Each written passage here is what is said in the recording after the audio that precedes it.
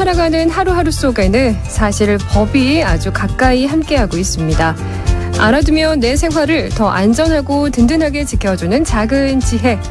오늘은요, 그런 일상 속 법 이야기를 함께 나눠보도록 하겠습니다.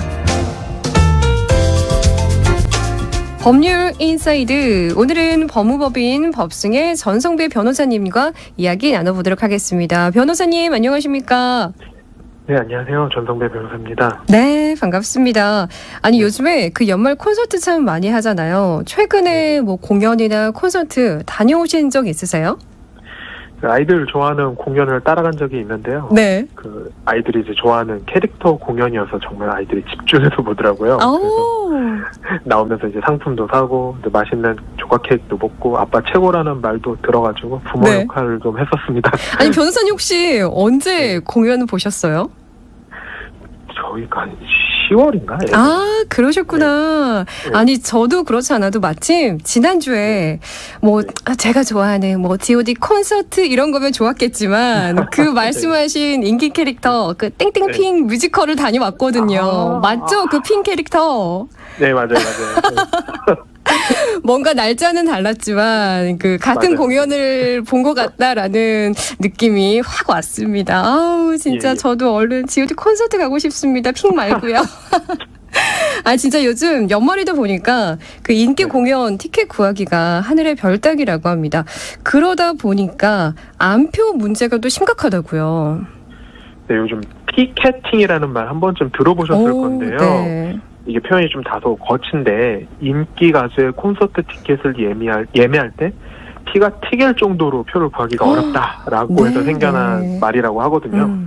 그러다 보니 이제 스타를 좋아하는 팬들의 마음을 이용해서 거액의 웃돈을 얹어서 대파는 일명 안표 판매가 기승을 부리고 있거든요. 네. 실제로 국내 최대 티켓 양도 플랫폼의 연간 거래 규모가 1,000억 원이 넘는다고 하니까 사실 이 안표 시장이 얼마나 큰지 짐작이 가능하잖아요.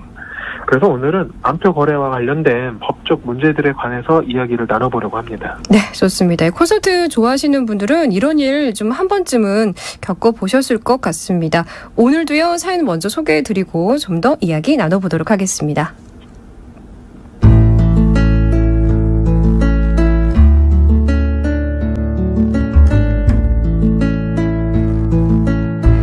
요즘 저희 어머니께서 한 트로트 가수와 사랑에 빠지셨습니다.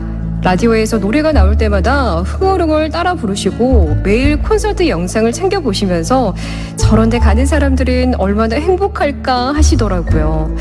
자, 이번엔 생신 선물로 꼭 공연 티켓을 구해드리고 싶어서 예매 오픈 30분 전부터 컴퓨터 앞에서 대기했습니다.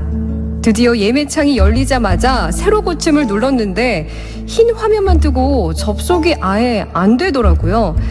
겨우겨우 들어가 보니까 대기 번호가 수만 번, 이미 선택된 좌석입니다 라는 메시지만 계속 뜨다가 결국 몇 분 만에 전 좌석이 매진됐습니다. 손가락까지 풀면서 기다렸는데 너무 허탈했습니다. 어머니께서는 괜찮다라고 하시는데 진짜 실망한 기색이 역력하셨습니다. 혹시나 하는 마음에 중고 사이트에 들어갔는데 벌써 한 사람이 양도 티켓을 수십 장이나 올려놨더라고요. 좋은 좌석은 이미 몇 배의 웃돈을 붙여서 팔고 있었습니다. 저희 어머니 같은 팬분들은 티켓도 못 구했는데 이런 안표상들 때문에 너무 화가 나고 억울합니다.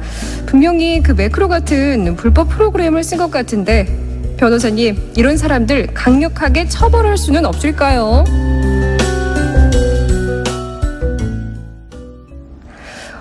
진짜 어머니께 그 좋은 추억을 좀 만들어 드리고 싶으셨을 텐데 정말 속상하셨을 것 같습니다. 실제로 이런 일들이 많이 일어나고 있나요?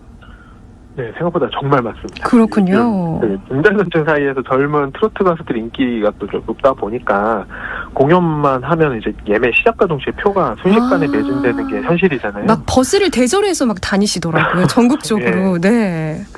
문제는 이제 오늘 사연의 어머님처럼 진짜 공연을 보고 싶은 팬들은 티켓을 못 구하고 안표상들이 불법적인 방법을 이용해서 티켓을 싹쓸이 한다는 건데요. 네. 이게 얼마나 심각하냐면 최근 한국 콘텐츠진흥원 조사에 따르면 정가 19만 8천 원짜리 K-팝 콘서트 티켓이 최대 970만 원의 암표로 팔렸다고 하더라고요. 네. 또 다른 인기 아이돌 콘서트는 정가 15만 4천 원짜리 티켓이 800만 원에 거래가 되는 등 정가 대비 40배에서 50배까지 뛰는 게 이제 현실인 거죠. 말이 안 됩니다. 네. 네. 따라서 이제 오늘 사연처럼 예매 시작한 지 몇 분 만에 중고거래 사이트에 티켓이 수십 개씩 올라오는 건 사실 이제 매크로로 이용한 불법 행위일 가능성이 높다는 거죠. 아니 그러니까 이 사연 주신 분도 암표상들이 이 매크로 같은 불법 프로그램을 사용한 것 같다라고 또 의심을 하셨거든요. 네. 실제로 어떤 방식으로 티켓을 그 흔히 말해 싹쓸이 하고 있는 건가요? 이런 암표상 조직은 이제 매크로 프로그램을 이용하는 경우가 많은데요. 네. 매크로라는 건 이제 키보드나 마우스의 단순 반복 작업을 자동으로 처리하는 프로그램을 말하는데요. 원래는 이제 업무 효율을 높이려고 쓰는 건데 이제 암표상들이 이거를 이제 티켓 대량 구매에 악용을 하는 겁니다. 좀 더 쉽게 설명을 드리면 이제 사연자 분처럼 뭐 진짜 손가락 풀면서 열심히 준비하는 일반 네. 팬들은 아무리 빨리 한다고 해도 좌석 선택하고 카드 정보 입력하다 보면 이게 시간이 당연히 걸릴 수밖에 없잖아요. 어떻게 기계를 이겨요? 네. 결국 이제 사연자분처럼 부모님 모시고 가수 이제 임영웅 씨나 이찬원 씨 콘서트 한번 네네. 가보려는 자녀들은 결국에는 정가의 몇 배를 주고 암표를 사거나 아예 참. 포기할 수밖에 없는 상황에 놓이는 거죠. 네. 제가 예전에 이제 그 의뢰인 사건 중에 프로그램 이용해서 특정표를 대량으로 샀다가 공연법 위반으로 고발되신 분의 사건을 맡은 적이 있었거든요. 네네. 네, 이분 이제 그 프로그램 제가 실행하는 거를 봤는데 네. 진짜 1, 2초 안에 모든 표가 대량으로 구매되는 것을 제가 보고서 이거는 네. 인간의 힘으로는 이길 수가 없겠구나를 제가 진짜 깨달았습니다. 예. 이길 수가 없구나라고 눈앞에서 네. 느끼셨군요. 예. 아니 정말 내가 좋아하는 가수라면 웃돈을 주고서라도 공연을 보고 싶은 게 사실은 팬들의 마음이잖아요. 네. 그리고 그렇게 해서라도 좀 부모님들께 선물을 해드리고 싶고요. 자, 이렇게 매크로를 사용해서 티켓을 구매하고 암표로 되파는 행위, 법적으로는 어떻게 또 처벌이 될까요? 일단 이제 공연장이나 경기장에서의 암표 거래는 이제 경범죄 처벌법에 따라 단속 대상이 되고요.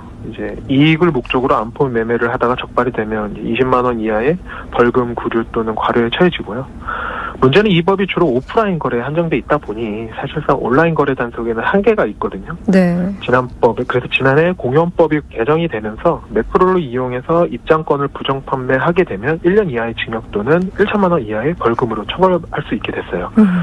그럼 이제 모든 티켓 양도 거래가 다 불법이냐? 이제 그건 아니고 이익을 목적으로 한 티켓 거래의 경우 명백히 불법이라는 것이고 단순히 이제 정가 수준에서의 양도하는 경우에는 이제 법적으로 허용이 된다고 보시면 됩니다. 네. 암표상들 때문에 가수나 또 소속차 측 그 피해도 좀 심각할 것 같습니다. 업무 방해죄 적용은 안 될까요? 가능합니다. 네. 형법상 업무방해죄는 허위사실 유포나 위계 또는 위력으로 타인의 업무를 방해했을 때 성립하는 범죄를 말하는데요. 이게 이제 5년 이하의 징역 또는 1,500만 원 이하의 벌금으로 앞서 말씀드린 공연법 위반보다 법정형이 훨씬 무겁거든요. 네.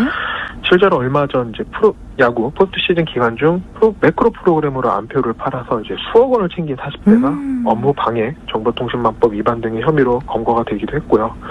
다만 이제 암표 사건에서 업무 방해죄가 성립하려면 이제 매크로 프로그램으로 예매 시스템에 과부하를 일으켜서 정상적인 예매 업무를 실제로 방해했다는 걸 입증하는 게 관건인데요. 네.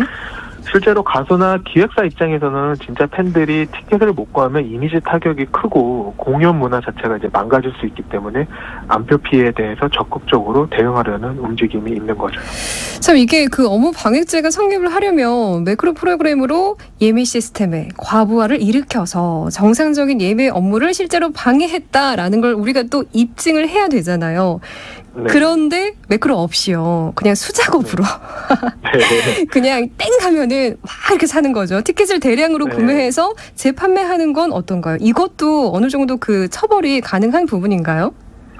사실 이 부분 때문에 단속이 이제 어렵다는 지적이 많았거든요. 네. 현행법상 이제 매크로를 사용하지 않으면 처벌이 어려웠던 게 사실인데 최근에 이제 국회 문화체육관광위원회에서 공연법 개정안을 통과시켰는데 개정안의 핵심은 매크로 사용 여부와 관계없이 부정 구매나 부정 판매 자체를 전면 금지한다는 것. 그리고 이를 위반하면 판매 금액의 최대 50배까지 과징금을 부과할 수 있게 됐거든요. 네. 예를 들어서 20만 원짜리 티켓을 100만 원에 암표로 팔다 적발되면 최대 5천만 원의 과징금을 물 수 있게 되는 거죠. 네. 게다가 부정 판매로 얻은 이익은 전액 몰수하거나 추징할 수 있고 신고 포상금 제도도 이제 함께 도입되어가지고 앞으로 이 법안이 본회의를 거쳐 시행되면 암표 근절에 좀 효과적일 가능성이 높죠. 매크로 사용 여부와 관계없이 부정 구매나 또 부정 판매 자체를 전면 또 금지할 것으로 또 예상이 되고 있습니다. 사연자분 너무 또 속상해하지 마시고요. 네. 어머님과 좀 오붓하게 연말을 보내시면 좋을 것 같은데, 자, 변호사님 좀 마지막으로 당부하고 싶은 말씀 있으세요? 네. 오늘 사연 주신 분처럼 효도하려고 티켓팅 도전했다가 실패하면 눈에 보이는 암표가 정말 그 유혹이 느껴지실 것 같거든요. 네, 엄청 많이 올라와요, 중고 사이트에. 그렇죠. 표가 정말 간절하신 분들에게는 받아들이기 좀 어려운 설명일 수 있는데 사실 이제 암표의 근절은 그 공급도 중요하지만 얼마만큼 표의 수요를 정상적인 구매 방법으로 해결할 수 있냐라고 저는 보거든요. 네네.